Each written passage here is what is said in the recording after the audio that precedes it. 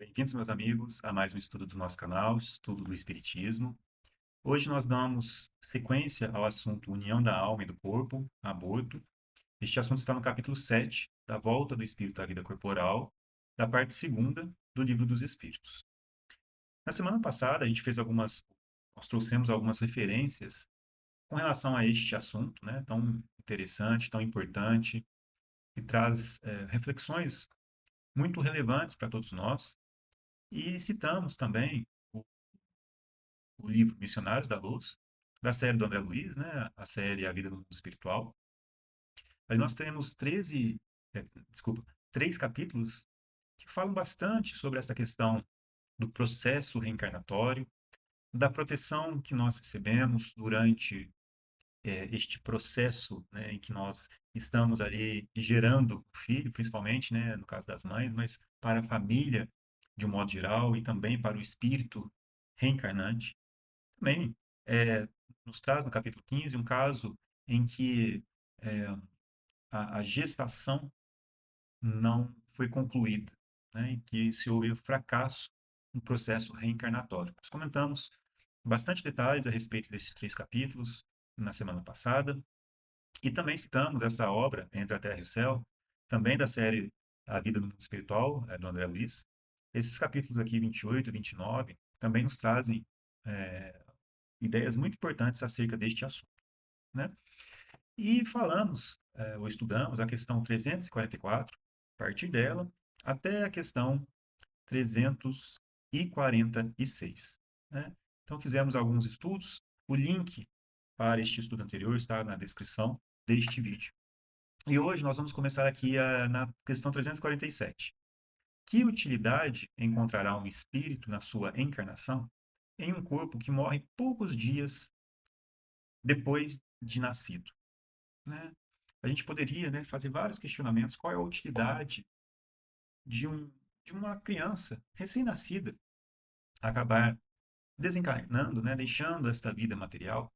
E, obviamente, que a visão que a doutrina espírita nos traz, esta visão muito mais ampliada, esclarecida, que nos traz a vida espiritual e a vida do espírito como sendo, né, imortal, o espírito, isso nos auxilia muito a compreender, isso nos traz muitas consolações, nos auxilia a confiar na justiça e na bondade divinas.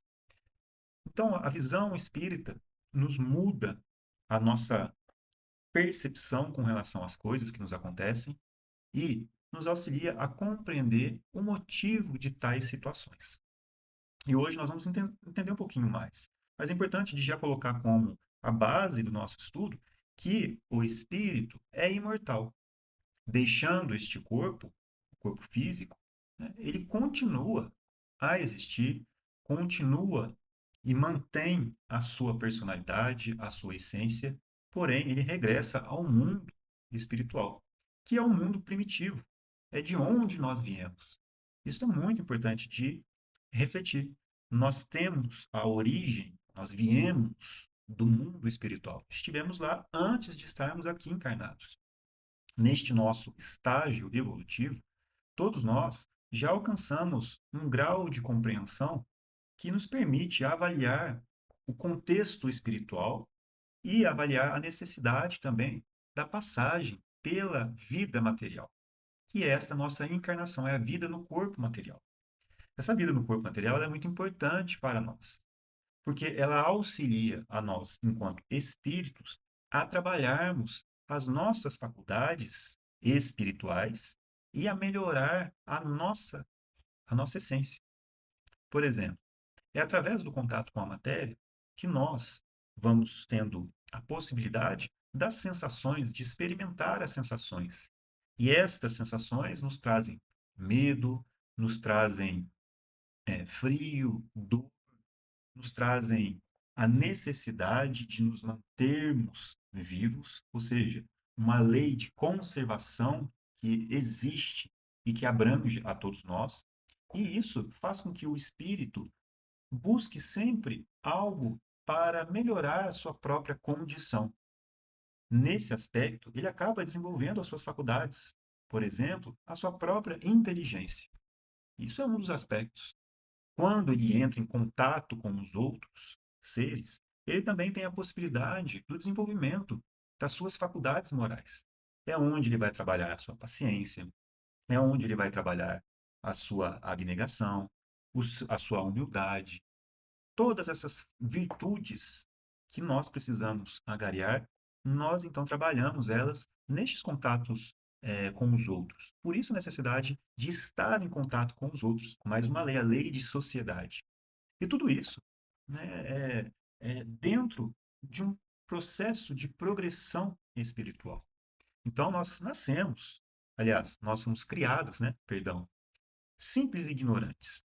Nós fomos nos desenvolvendo, né? O princípio inteligente, ele passa por inúmeras transformações e ele vai se individualizando. Até o momento em que este princípio inteligente, individualizado, ele atinge um grau evolutivo no qual ele ganha a possibilidade do exercício da razão, onde ele vai ter a possibilidade de exercer escolhas, o livre-arbítrio que se desenvolve aos poucos. Ele vai ter a possibilidade de escolher entre o certo e o errado à medida que ele vai experimentando e aprendendo. Tem um capítulo na Gênesis que fala da origem do bem e do mal, muito importante de ser compreendido. E dentro desse progresso, né, que nós vamos construindo, e à medida que nós vamos ganhando responsabilidade mediante aos atos que nós vamos fazendo, mediante as escolhas que nós vamos tomando, nós vamos então nos responsabilizando, dado que a nossa consciência com relação ao certo e ao errado vai aumentando. E é nesse aspecto que, para que o espírito possa progredir, ele precisa, muitas das vezes, é, resgatar equívocos que foram cometidos nesse processo de aprendizado. Muitas das vezes por ignorância mesmo, né? Outras vezes, né, deixando que o orgulho e o egoísmo tomem proporções muito grandes, e isso faça com que ele, pensando só em si, ou acreditando ser melhor do que os outros, tome decisões que vão ser contra a caridade para com o próximo.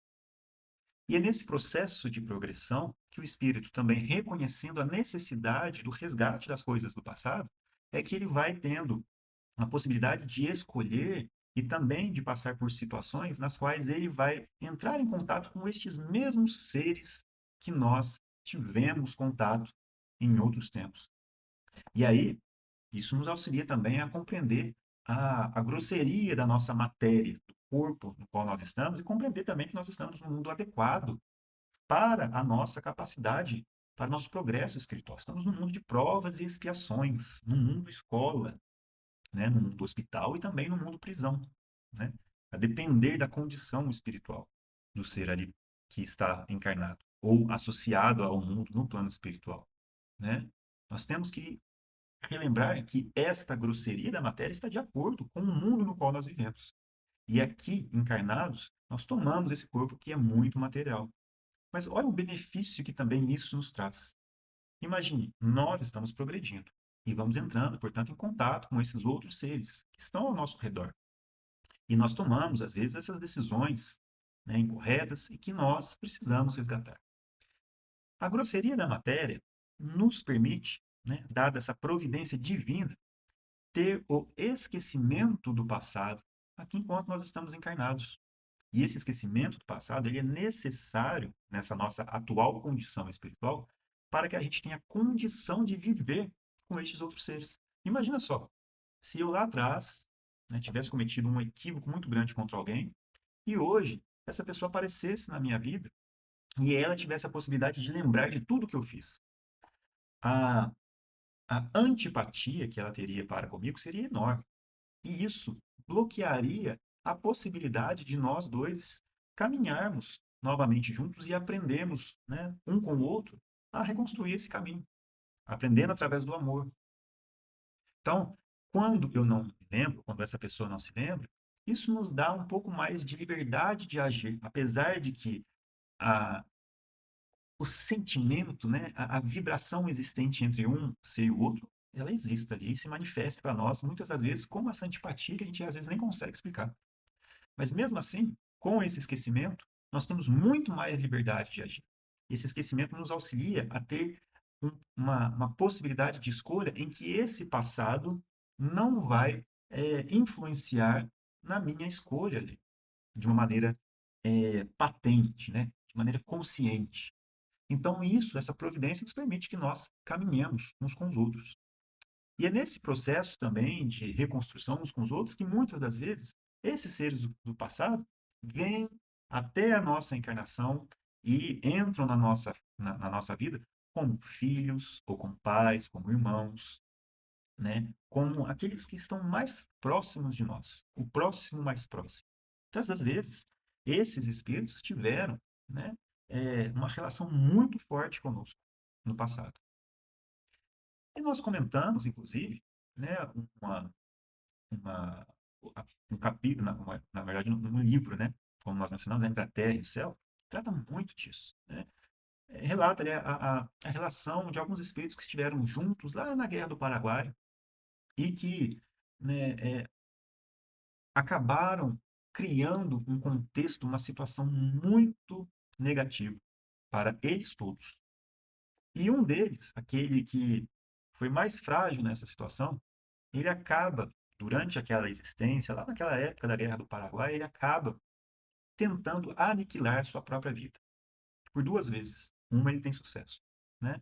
Ele cai ali no rio, né? E acaba morrendo afogado. Mas antes disso, ele toma um veneno para tentar aniquilar sua própria vida, mas ele acaba não conseguindo. Os dois atos foram um na sequência do outro. Então ele acaba cometendo este ato contra a sua própria existência. Nisso, essas duas outras personagens, elas estão ali amarradas a ele. E é interessante porque na história que é narrada neste livro, Entre a Terra e o Céu, este espírito que cometeu contra a sua própria existência, que vem a ser o Júlio, ele volta para uma família que é composta por aqueles dois seres, né? Tem mais, não são só três, tem mais seres envolvidos aí. Mas ele volta ali para aquela família. Resumidamente, né, que eu estou contando. E ele acaba tendo duas existências nas quais ele acaba desencarnando enquanto criança, né? Uma, ele acaba desencarnando afogado, e na outra, ele acaba desencarnando em consequência a um problema grave que ele trazia na garganta, que era exatamente a consequência do ato que ele cometeu no passado. Esse ato de tentar aniquilar a própria vida é muito grave. E nesse caso do Júlio, esse ato que ele cometeu trouxe um desequilíbrio espiritual tão grande, a sua consciência entra em um desequilíbrio tão grande sobre um aspecto espiritual, né? A própria essência espiritual dele está em um desequilíbrio tão grande devido a esse ato cometido, que ele carrega no seu próprio perispírito, lá no plano espiritual, uma, um problema muito grave nessa mesma região da garganta, em que lá no plano espiritual eles não conseguiram tratar. A única possibilidade que eles tiveram, que eles enxergaram como sendo a cura para esta grande enfermidade, foi realmente voltar para uma existência corpórea, onde eles mesmos falam, alguns erros cometidos na carne é que vai ter a possibilidade de encontrar o seu remédio. Não com essas palavras, mas com esse mesmo fundo de mensagem. Então, obviamente que isso não é uma regra, mas nos auxilia a compreender que muitas das vezes os atos que nós cometemos no passado e que se refletem hoje na nossa existência justificam algumas das situações que acontecem. Na verdade, justificam todas as situações que nos acontecem, porque nós somos as consequências de nós mesmos. Se nós quisermos nos colocar na condição dos protagonistas deste caminho, nós somos, inclusive, as vítimas de nós mesmos. Isso é muito importante. Nós temos a responsabilidade. Fomos nós que é, escolhemos no passado e que hoje resgatamos algo ou passamos por situações que têm como consequência ou que tiveram como origem, né, esses atos no passado. Deus é infinitamente justo e sábio. E se algo acontece na nossa existência, justa é a causa. Se nós não encontramos a causa para esta situação nesta existência, a causa para essa situação se encontra em existências passadas. E, portanto, né, nós podemos voltar a este mundo e passar por situações que têm a ver com este passado. Inclusive, né, como nós estamos colocando como exemplo, vir para uma existência que não vai durar muito, né?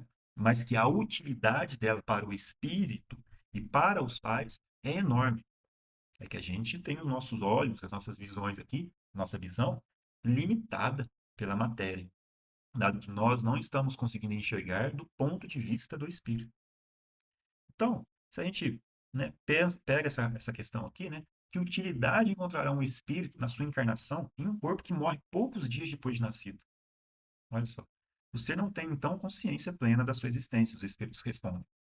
A importância da morte, é quase nenhuma. Frequentemente, é, como já dissemos, uma prova para os pais. E para o espírito encarnante, também, como nós mencionamos, pode ser, né, um resgate muito importante para ele enquanto espírito. Vamos ler aqui um pedacinho do, do livro, né, Entre a Terra e o Céu, o capítulo 28, chamado Retorno. Olha só o que aqui nos é falado. Preocupados com o caso de Júlio, Júlio é o espírito que vem a reencarnar, no dia imediato, indagamos do orientador sobre a planificação do serviço reencarnatório. Isso aqui eles estão é, se referindo ao momento ali no qual ele está sob o processo de reencarnação. Ele não reencarnou. Ao que Clarence informou conciso, né? De maneira bem breve. O problema é doloroso, mas é simples. Trata-se tão somente de ligeira prova, porém necessária. Olha só. Prova necessária. Importante. Júlio sofrerá aflitivo desejo de permanecer na Terra, com o empréstimo do corpo físico a prazo longo. Entretanto, suicida que foi, com duas tentativas de autoaniquilamento, por duas vezes deverá experimentar a frustração para valorizar com mais segurança a bênção da vida terrestre. Depois de estagiar por muitos anos nas regiões inferiores de nosso plano, ou seja, o plano espiritual, confiando-se inutilmente à revolta e à inércia, passou pelo afogamento e agora enfrentará a intoxicação. Tudo isto é lastimável. No entanto, e mostrando significativa expressão fisionômica, ajuntou: quem aprenderá sem a cooperação do sofrimento? Penso, contudo, no martírio dos pais, considerou Hilário hesitante. E olha que importante. Meus amigos, falou o ministro generoso, a justiça é inalienável. Não podemos iludi-la. Como o desequilíbrio emocional de Amaro e Zumira, no pretérito, lá na Guerra do Paraguai, na época, né, da Guerra do Paraguai, Júlio arrojou-se a escuro despenhadeiro de compromissos morais e, na atualidade, reabilitar-se-á com a cooperação deles. Ontem, o casal, por esquecê-lo, inclinou-o à queda. Hoje, por amá-lo, garantir-lhe-á o soerguimento. Então, olha que importante esta explicação para nós. Primeiro, ele nos traz a ideia de que todos os três estão passando por uma prova necessária. Necessária. Necessária para que eles possam resgatar uns com os outros os equívocos que eles mesmos escolheram no passado. É importante para que o espírito possa progredir, né? E por que que isto é tão importante? Porque eles precisam aprender a valorizar as bênçãos que eles recebem. Nós precisamos aprender a reconhecer todas as possibilidades, as oportunidades que nós recebemos como bênçãos que nos são oferecidas para que a gente possa progredir. Isso tudo concedido por Deus, uma bênção divina. A nossa encarnação é uma bênção divina. É uma oportunidade que nós temos aqui para nos elevarmos enquanto espíritos, para que a gente possa cada vez mais se aproximar de Deus, de uma compreensão de Deus cada vez maior, através deste processo em que nós também vamos nos eliminando, ou vamos eliminando as mazelas que nós carregamos dentro de nós mesmos, né? Então, isso é muito importante. E muitas das vezes, enquanto nós não estivermos é, empenhados em um aprendizado através do amor, muitas ou é muito necessário que nós tenhamos a cooperação do sofrimento. Então, enquanto a gente não se empenha através do amor, nós então somos incentivados pelo sofrimento. Olha só que interessante. Mas não de uma forma de um Deus que pune e que, de maneira parcial, inflige esses sofrimentos aos seus filhos. Não. Simplesmente com o objetivo de auxiliá-los neste processo educativo, neste processo de evolução e progresso espiritual. São oportunidades que nos são concedidas para que nós possamos caminhar, progredir e eliminar a bagagem de delitos que nós temos no passado. E aí ele fala aqui, né, o Hilário, né? O Hilário é o amigo do André Luiz, né? Está presente em vários contextos, né? E ele fala, penso no martírio dos pais, que é exatamente o que é relatado aqui, né? Uma prova para os pais. E aí o ministro fala da justiça de Deus. Olha só, a justiça é inalienável. O desequilíbrio dos dois no passado provocou este deslize deste Júlio, né, do espírito Júlio. Ontem eles prejudicaram, hoje eles auxiliam, mas todos passando por uma situação em que eles vão aprender a valorizar, né, as oportunidades que são recebidas, a reconhecer o sofrimento, a reconhecer a dor, a reconhecer o valor da vida do outro. Então, a gente vê que, como está falando aqui na questão, né? Olha só, que utilidade que tem em um corpo que morre dias depois. Olha só, interessante, né? A importância da morte é quase nenhuma. A importância da morte, né? Por quê? O que morre é o corpo físico. Porém, o espírito, ele continua a existir e passar por esta situação que é justa é muito importante para o espírito, para que ele possa se reerguer, dado alguma coisa que aconteceu no passado, né? E a prova é tanto para ele quanto para os pais, né? Frequentemente é uma prova para os pais, como está escrito aqui.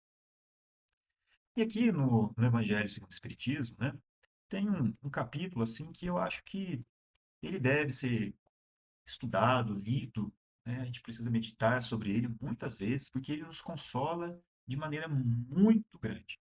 E ele nos auxilia também a compreender a justiça de Deus, né? Que é o capítulo número 5, Bem-aventurados os aflitos. Jesus nos trouxe esse ensinamento. Felizes os que sofrem. Felizes os que sofrem. Bem-aventurados, né? Felizes os aflitos, os que sofrem, porque serão consolados, né? Onde existe a consolação aqui em cima? No caso em que a criança acabou desencarnando, né, o Júlio. A consolação é para o seu próprio sofrimento, no erro que ele cometeu no passado e que é inerente ou que está ali na essência do seu espírito, como um desequilíbrio de consciência espiritual. E é este desequilíbrio que vai ser reajustado através do reconhecimento das oportunidades benditas que nos são concedidas. Então, ele acaba, portanto, se livrando de algo que espiritualmente estava, né, presente nele. E ele passa por esta situação que gera para ele um alívio, porque ele resgatou ali, ele sofreu, ele expiou, né? Não vou nem colocar como resgatou, né? Mas ele expiou aquele passado, ele sofreu aquele erro para que ele pudesse aprender. Isso é muito importante, para que ele possa resgatar o equilíbrio do seu espírito. Aí que existe a consolação, né? Isso é concedido por Deus. Então, neste capítulo, tem ali nas instruções dos espíritos, olha só, perda de pessoas amadas e também mortes prematuras. Esse texto ele não se limita às mortes, né, de crianças pequenas ou, né, durante a gestação, mas ele nos auxilia a compreender também essa justiça divina, a razão que traz a situação, o que faz com que essa situação tenha essa importância tão grande. Olha só. Quando a morte ceifa nas vossas famílias, arrebatando sem restrições os mais moços antes dos velhos, costumais dizer: Deus não é justo, pois sacrifica um que está forte e tem grande futuro e conserva os que já viveram longos anos cheios de decepções, né? A gente já escutou isso várias vezes. Quantas vezes nós já escutamos alguém dizer assim: o filho não deveria, o pai não deveria ver a morte do seu filho, né? Acho que todo mundo já escutou alguém falando isso naquele momento de dor, né? Naquele momento em que nós presenciamos uma situação como essa. Mas olha só, vamos refletir um pouquinho mais sobre isso, né? Então ele fala: Deus não é justo, pois sacrifica um que está forte, tem grande futuro, e conserva os que já viveram longos anos cheios de decepções. Pois leva os que são úteis e deixa os que para nada mais servem. Pois despedaça o coração de uma mãe, privando-a da inocente criatura que era toda a sua alegria. Né? Então, isso aqui é o que a gente escuta, mas com uma visão muito limitada. Olha só, humanos, é nesse ponto que precisais elevar-vos acima do terra a terra da vida, para compreenderdes que o bem, muitas vezes, está onde julgais ver o mal, a sábia previdência, onde pensais divisar a cega fatalidade do destino. Precisamos refletir muito sobre isso, porque onde a gente, com os nossos olhos limitados, nossa visão limitada, vê apenas o mal, o sofrimento, a injustiça, porque nós não temos a causa, né? Esta visão limitada nos faz ter esse tipo de pensamento, que associa a Deus, né, a injustiça. Nós precisamos nos elevar acima desta visão limitada. Nós precisamos ampliar esta visão para compreender a vida do espírito imortal e ver que onde nós enxergamos muitas das vezes o mal, ali nós temos uma oportunidade bendita, dado que Deus é sábio, Deus é justo, Deus é misericordioso e nos concede quantas oportunidades forem para que nós possamos melhorar nós mesmos. Como nós comentamos no passado, nós temos que mudar esta visão, né, de acharmos que nós somos muitas das vezes vítimas. E eu peço perdão por falar assim, porque na verdade o que acontece é que nós somos a consequência de tudo aquilo que nós plantamos no passado. E nós somos as vítimas de nós mesmos. Não existe injustiça. Não existe injustiça. Né? Como Jesus já nos falou, o, o escândalo há de vir. Né? Ele ainda traz para nós. Né? Vamos colocar em situações em que existe um terceiro, né? Que nos inflige um sofrimento do ponto de vista material, mas que nos serve como remédio. Né? Jesus nos fala, o escândalo há de vir, mas ai daquele pelo qual veio o escândalo. Né? Talvez tenha a palavra ou outra errada, mas a ideia é essa. Né? Então, olha só o que eles nos traz. Por que, a vez de avaliar a justiça divina pela vossa, podeis supor que o Senhor dos mundos se aplique por mero capricho a vos infligir penas cruéis? Isso aqui é muito importante, da gente mudar o pensamento, né?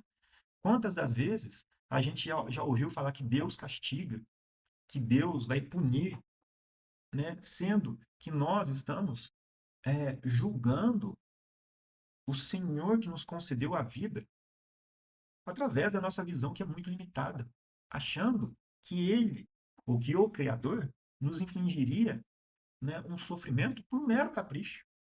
Ou, né, se nós erramos em alguma coisa, que Ele nos pune simplesmente para que a gente sofra sem nenhum motivo. É um processo educativo em que nós precisamos aprender, como foi colocado ali em cima, né? Muitas vezes com a cooperação do sofrimento, é um processo em que nós estamos aprendendo e é um processo pelo qual nós estamos progredindo. Muitas das vezes, com a nossa visão limitada, a gente não consegue compreender, mas a gente precisa nos elevarmos acima da matéria, ou seja, nos transpormos para a vida do espírito para compreender a razão daquele sofrimento ou daquela situação. Isso é muito importante. Nada se faz sem um fim inteligente, e seja o que for que aconteça, tudo tem a sua razão de ser.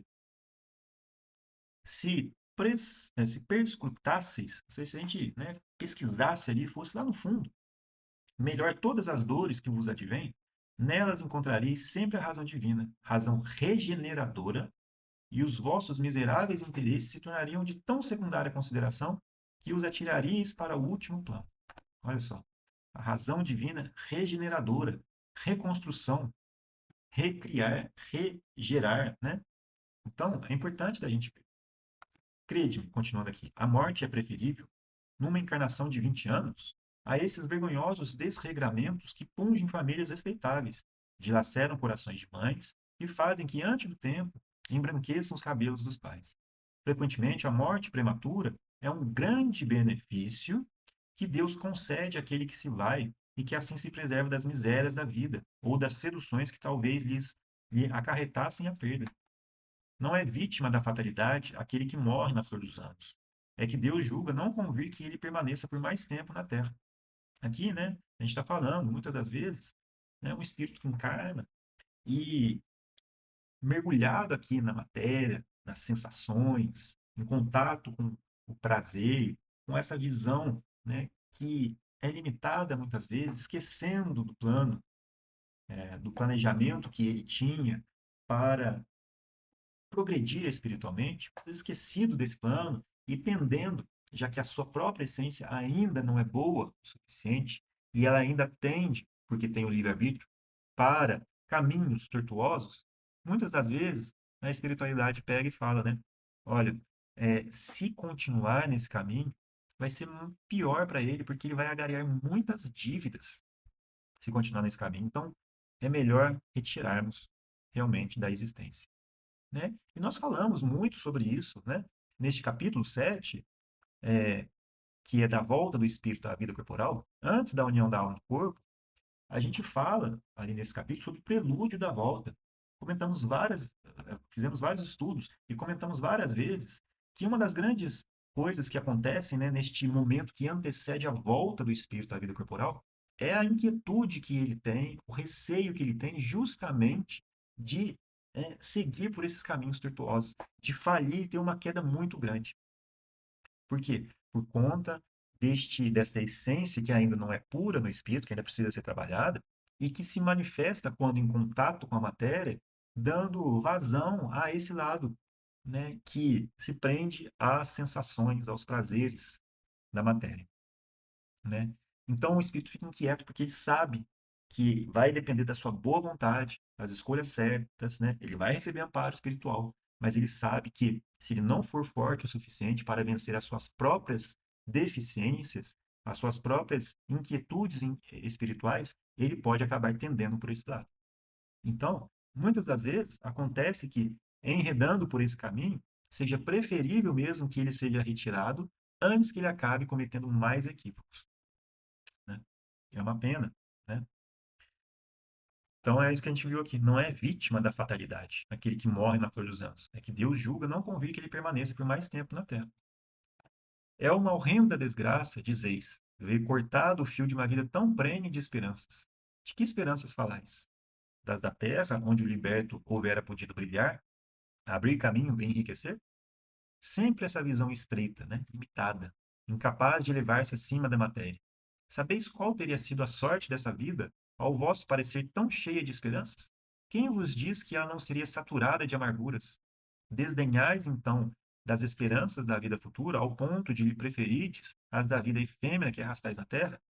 Supondes, então, que mais vale uma posição elevada entre os homens do que entre os espíritos bem-aventurados?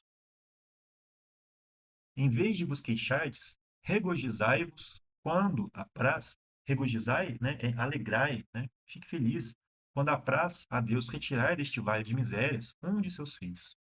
Não será egoístico desejardes que ele aí continuasse para sofrer convosco? Ah, essa dor se concebe naquele que carece de fé e que vê na morte uma separação eterna. Muito importante isso, né? Por isso que o Espiritismo nos traz esta, este esclarecimento muito grande, mas que Jesus já tinha trazido para nós, né? A da vida eterna do Espírito, né? Inclusive na sua própria ressurreição, que é a volta, né? A vida, que é a vida do Espírito, e ele se mostra ali em Espírito, mostra a sua essência viva e grandiosa, né? Nos mostra que a vida não acaba com o corpo físico. Jesus já tinha trazido isso para nós. Então, a dor se concebe naquele que carece de fé e que vê na morte uma separação eterna. Vós, espíritas, porém, sabeis que a alma vive melhor quando desembaraçada do seu invólucro corpóreo. Mães, sabeis que vossos filhos bem-amados estão perto de vós. Sim, estão muito perto.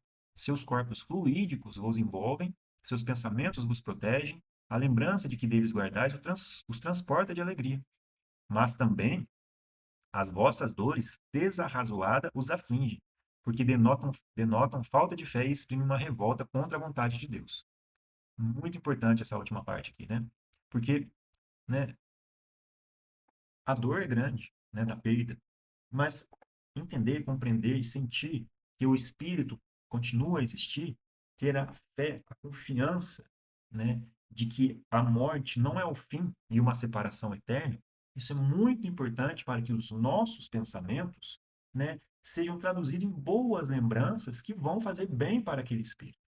Agora, quando esses nossos pensamentos, né, em consequência dessa perda, são traduzidos por revolta, de não aceitação, de uma dor, né, como é que eu coloquei, desarrazoada, sem razão. Então, este pensamento que, né, pode, como é que eu coloquei, né, ser considerado uma revolta contra a vontade de Deus, esse pensamento, ao invés de fazer bem para o espírito, acaba trazendo sofrimento para aquele espírito, né? Isso a gente tem vários relatos, né? Nós temos os relatos na parte segunda do livro do Céu e Inferno, né, dos espíritos que deixaram esse mundo. Nós temos as obras do Chico Xavier, né? Quantos espíritos que não vêm e trazem a mensagem para os seus pais, para as suas mães, incentivando a coragem, a fé, a confiança em Deus, o exercício desta fé, da compreensão e pedindo para que afaste deles esses sentimentos, esses pensamentos de revolta contra Deus, né, que não são justificáveis, porque esses pensamentos traziam para eles muito sofrimento, né? O pensamento bom, positivo, as boas lembranças, o desejo que esse espírito esteja bem, né? A oração por ele, né? Compreendendo a sábia vontade divina, isso faz muito bem. Agora, quando existe a revolta, o desejo que aquele espírito estivesse aqui e que prende esse espírito, isso acaba trazendo um desequilíbrio para o espírito muito grande, né? Então, termina aqui, né? Quem fala que é Sanson, ex-membro da Sociedade Espírita de Paris em 1863. Vós que compreendeis a vida espiritual, escutai as pulsações do vosso coração a chamar estes entes bem-amados, e se pedirdes a Deus que os abençoe, em vós sentireis fortes consolações. Destas que secam as lágrimas, sentireis aspirações grandiosas que vos mostrarão o porvir que o soberano Senhor prometeu. Né? É um assunto, né, esse que é muito forte, né, que tem muito peso, né, porque a gente, né, talvez não consiga medir a dor, né, da perda. Mas é importante desta compreensão, é importante que essa compreensão possa nos trazer uma visão que extrapola aquilo que a gente consegue ver na matéria. Porque Deus é justo, misericordioso e bom. Nós precisamos confiar na sua sabedoria.